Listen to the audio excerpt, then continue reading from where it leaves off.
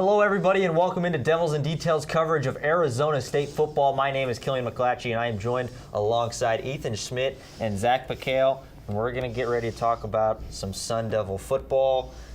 I know there are a little more positive things we could talk about today, but you know what? We'll go into it. Kind of a rough game last week against Texas Tech, 52-45 final. They got the loss. Everybody knew Texas Tech was going to put up a lot of points. They definitely did. Ethan, what did you see from that game? Well, I saw that Arizona State needs to get started early. I mean, they scored points, 45 points in a college football game, so like exceptional for your offense, but it just took them too long. And when they finally figured it out in the second half, it was just too late because Texas Tech was going to put up points just as much as they were.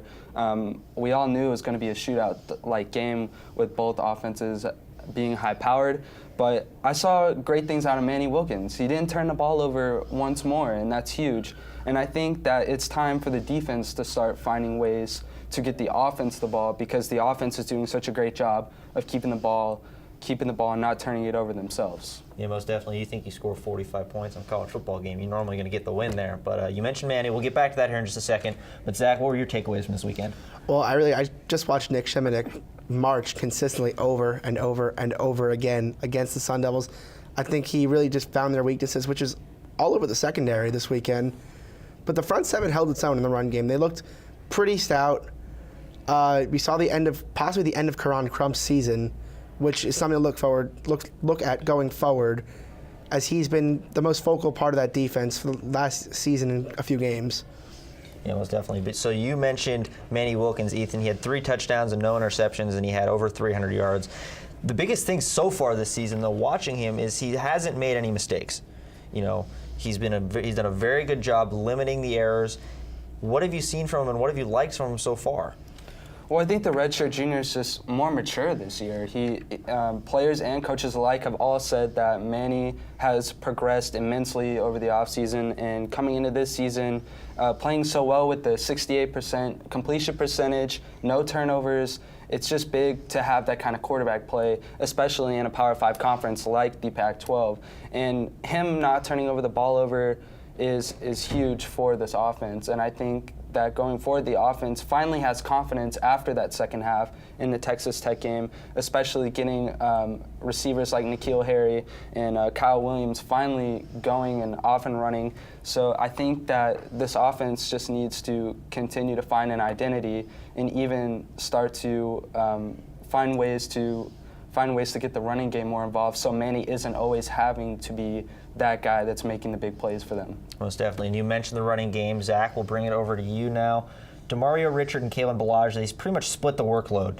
Ballage had 16 carries while Richard had 15. They both looked like they were relatively healthy. You know, they've both been dinged up a little bit early on this season. What is the two of them finally being back, as they both had a touchdown, what does the two of them finally being back in this offense fully healthy do to help out Manny Wilkins and N'Keal Harry and the rest of those skill position players? Well, it creates a new rhythm to the offense, Killian. The first 2 games this season, they were under 100 yards in both games. They finally broke back over 100 yards for rushing for the game. So that's a great step for the Sun Devils offense. But having Ballage and Richard both healthy, they're both different style backs. Richard's a bruiser. Ballage shows off the speed a little bit more. I think the two of them diversify the Sun Devils offense and don't force Manny Wilkins to have to do everything for the team. Yeah, certainly. So we'll take it from last week and move into this week. Conference play is getting ready to kick off as the Oregon Ducks and Willie Taggart come into town. Quack, huh? Quack, quack. That is very true. What are you guys looking for? This is a big game, not just in the sense of, you know, the Pac-12 in general, but it could be a big game for Todd Graham and the rest of his future here in Tempe. What are you looking for this weekend? We'll start with you, Ethan, as Oregon comes into town. Well, Oregon is nothing to downplay because this team is hot. They beat a Nebraska team, and they just came off a big win against Wyoming. So I think that Oregon comes in ready to play, and their offense is feeling themselves. You know, you have Royce Freeman at running back, such an amazing athlete, and it's time for ASU to finally get those stops on defense. They really need to help their offense out. Your offense scores 45 points like we talked about against Texas Tech, but you still lose the game. That's just a problem. And going forward, talking about Todd Graham's future, it's time for him to get this team to rally and actually actually get a big Pac-12 win starting conference play. Yeah, this would be a huge win for them. They definitely need it to kind of get the momentum going as they got a tough Pac-12 schedule. Zach, what are you looking for this weekend? Well, Killian, Oregon is it's top 20th nationally in rushing attack and passing attack, and they're second in scoring. So this Sun Devil defense definitely has its work cut out for them. I think the offense really needs to step it up, though. Wilkins has done a lot. I want to see what Balaj and Richard can do against Oregon's defense. They've looked better than in past years, and I feel like this has been a reoccurring trend the last few weeks, but this is going to be the toughest test that the Sun Devils have faced this season. We said it about San Diego State. We said it again about Texas Tech's offense, and now we're saying it about Oregon. Justin Herbert is a top-tier quarterback in the nation. He's poised, he's confident, he's got plenty of weapons. Ethan mentioned Royce Freeman. You got Johnny Johnson on the outside. They got plenty of weapons at the wide receiver position. ASU is in for a fight.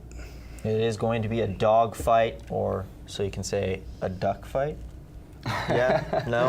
I got a little bit of laugh from there. But, so, we'll go into it. We got predictions. You are covering the game this Saturday, so we're going to wait to get yours until the pregame show so we can get it from you there. But you, Ethan, you're going to be sitting at home watching it, or possibly even at the stadium. I don't know what your plans are yet.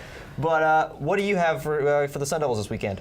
Well, I think unless Arizona State's defense shows up and they play physical, they come out hard and fast, I think if they don't do that early, that Oregon's just going to run away with this one. And the offense is so powerful on that Ducks team.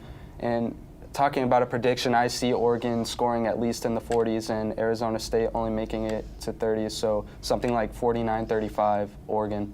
All right, so he's taking the Ducks. Like I said, I won't leave you out of this one. Don't worry. What's a key to the game? We'll wait to get your prediction. What's a key to the game? Key to the game is getting pressure to Justin Herbert. He's only a sophomore. He is very confident. But we've seen ASU get to talented quarterbacks. When they played UCLA a few years back, they were able to rattle Josh Rosen. If they can get pressure to Justin Herbert, this game starts to become a little bit more interesting because you're putting the pressure now on Royce Freeman to run the ball. And I think ASU's run defense can hold its own this weekend. Very true. All right.